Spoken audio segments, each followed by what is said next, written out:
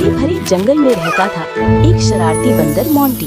एक दिन उसे जमीन पर मिला एक चमचमाता जादुई केला। जैसे ही उसने उसे उठाया, केला बोल पड़ा।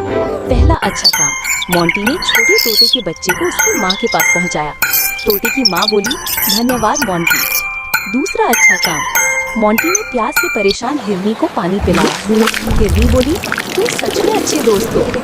तीसरा अच्छा काम, मोंटी ने कीचड़ में फंसे कछुए को बचाया।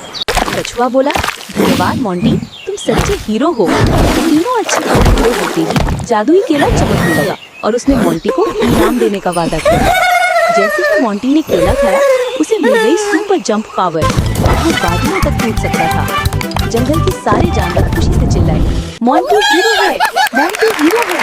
मोंटी मुस्कुराया और बोला, सच्ची ताकत शरारत में नहीं, अच्छे कामों में छुपी होती है।